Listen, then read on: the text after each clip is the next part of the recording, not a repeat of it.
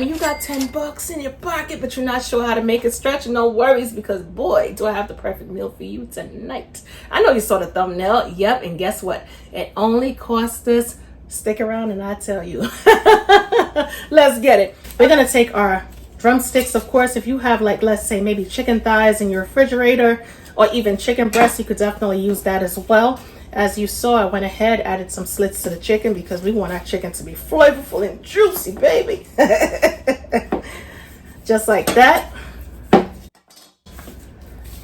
And I'm gonna do the same thing for all of the pieces of chicken. This is a family pack of chicken. All right, my loves.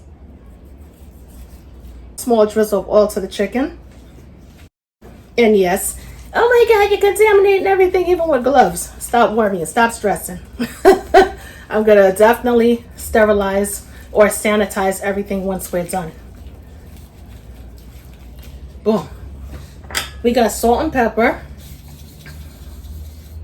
Gonna give it a quick mix and an even sprinkle of salt and pepper onto the chicken. Gonna flip the chicken over.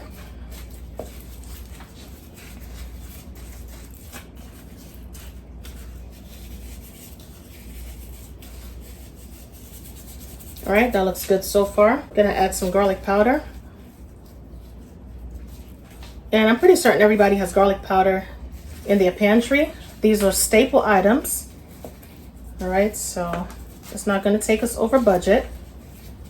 I'm gonna also add some paprika for that nice color and subtle flavor. And this is regular paprika, not smoked paprika. Once we're done, we're gonna mix everything up really well. And I also wanna hit it with some chicken bouillon for a boost of flavor.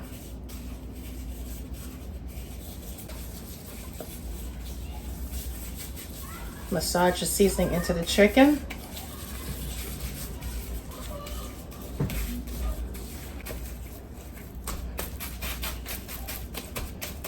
This is our 8x8 casserole dish. We're gonna place our chicken into the casserole dish. We're gonna place it into our oven, 400 degrees Fahrenheit, for about 35 to 40 minutes until the chicken is thoroughly cooked all the way through. With that being said, we're gonna move on to making our delicious collard greens. We have about a pound of collard greens. We have the stems still on, okay? They've been washed thoroughly because you wanna get that grit and all the dirt off the collard greens as much as possible. In order to do that, you need a large size bowl or even your kitchen sink. Add some cold water along with salt or even a little vinegar and allow the collard greens to soak in there. I can guarantee you it's going to be worth it. Now here's the thing. I know traditionally when we make collard greens, we usually remove the stem, but guess what? We're cooking on a budget, and the stems are packed with tons and tons of flavor and vitamins. And once you cook them down properly, trust me, they're going to be just as tender as the greens. Now, what I am going to do, however, is I am going to remove the bottom part from the stems, of course. Just the bottom part, nothing else. We gotta learn how to stretch things out, you hear me? We're gonna take the collard greens, and what I like to do is, my grandmother has been doing this since like 1924, you hear me? Take all the greens, place them inside one another.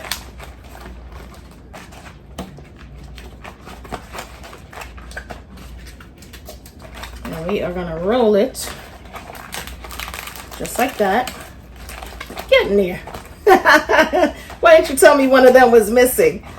Sitting out on the sideline. Roll it up just like that. Chop it up in your preferred size. When I grew up eating collard greens, we kept everything. All right, everything. We didn't take the stems off. And it was so good that you didn't even realize you were eating the stems because they were like so perfect that everything blended perfectly together. All right, this size is good. I'm not going to refine it too much. All right. Also, I just want to mention, I know a lot of times when we do make collard greens, we use smoked whatever, whether it be smoked ham hocks, smoked turkey necks, smoked turkey legs. Listen, we're cooking on a budget, so we're not doing smoked anything. If we do have smoked meat in the refrigerator, that's going to be for a separate recipe, if you get what I'm saying. However, These greens, they're not going to be bland and they're not going to be sorry. I can guarantee you that much, all right? To our pan, we're going to add a small drizzle of oil. We are going to saute some onions. Get the onions in the pan. Give it a good mix. Cook the onions down until they become aromatic. We're going to add our finely chopped garlic. I have about 3 garlic cloves for a pound of greens. The garlic is going to provide a ton of flavor as well. So we're starting off with a great base, all right? Even though it's a typical base in most dishes, it's still going to bring some life to the greens.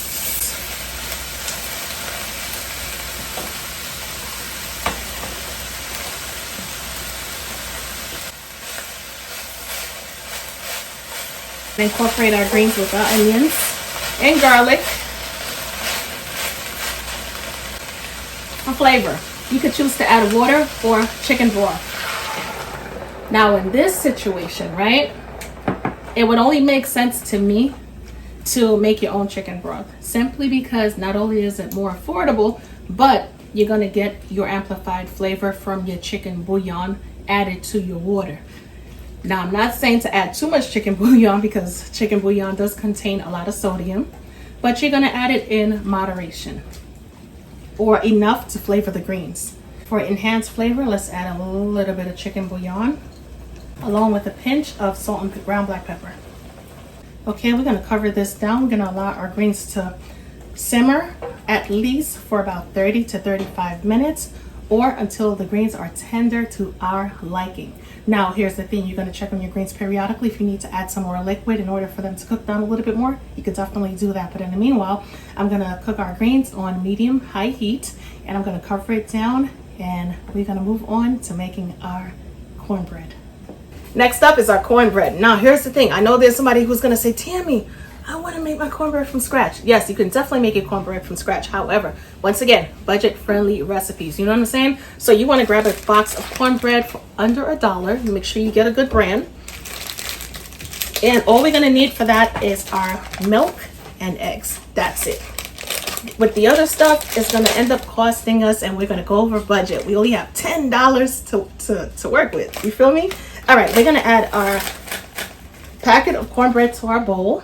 I just want to make sure everything is perfectly broken down and refined as much as it possibly can. Okay, and we are going to add our egg. Beat it up just a little bit, not too much. And let's add some whole milk to the party and give it a good mix. Make sure everything is perfectly incorporated. If you want to make your cornbread from scratch and it's feasible, then by all means, you definitely can do that. Okay? You have my permission. No explain. Let's mix this up really good. Make sure everything is where it needs to be. Gonna add some non-stick cooking spray to our dish, simply because we don't want our cornbread to stick. If you want to add some butter, you could definitely add butter. Gonna get all of our cornbread mixture into this dish. Okay, make sure you get that spatula so you can scrape the sides out. Who remembers licking the cake bowl as a child? I know I definitely do. Our grandmother would make cakes like every Sunday. No, what am I saying? Not Sunday. Every Saturday. Every Saturday in preparation for Sunday. That's what it was. And I was always lucky to get the bowl. Yep. And I went ham on the bowl. It was so good. Now as an adult, I don't know. I don't really do that anymore. I guess because to me it's like at this point the eggs are raw, so it's like I don't know about that one. Make sure everything is flattened out. 400 degrees Fahrenheit for this particular brand. However, refer to the back of the box for the brand that you're going to be using. This should be baked up within 15 to 20 minutes. Our chicken is perfect, okay, fresh out of the oven. And I'm going to take this time to baste it with our barbecue sauce.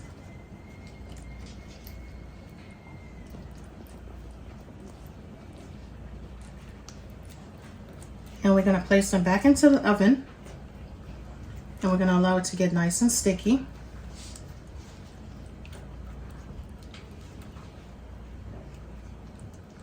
Make sure you add a lot of that sauce. Oh my goodness, sauce these chicken drumsticks up really well.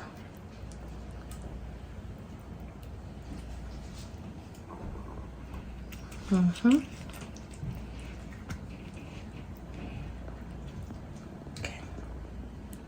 All right, we're going to keep the same temperature on the oven. And we're going to place it in there for about 5 minutes. Or until the sauce becomes sticky. I like a lot of sauce, as you can tell. I'm going all in. All right, my loves. We're going to add some melted butter and honey to the top of our cornbread.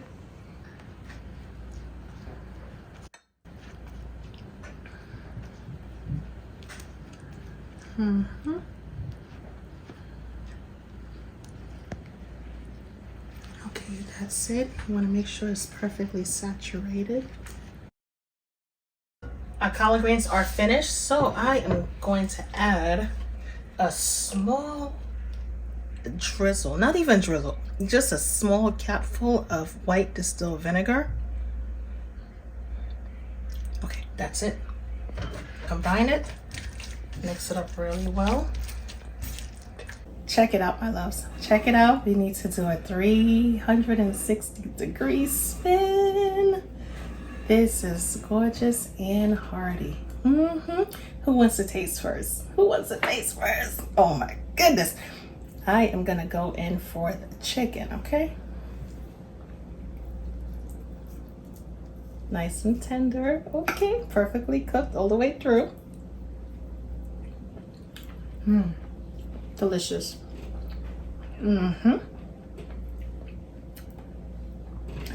One of the main important things on this plate. Who needs smoked anything? Perfectly flavored. Not to mention that little acidity from the vinegar is popping through. Oh my goodness. Let's see with the cornbread. What's good? What's good? Perfectly cooked. Or should I say perfectly baked?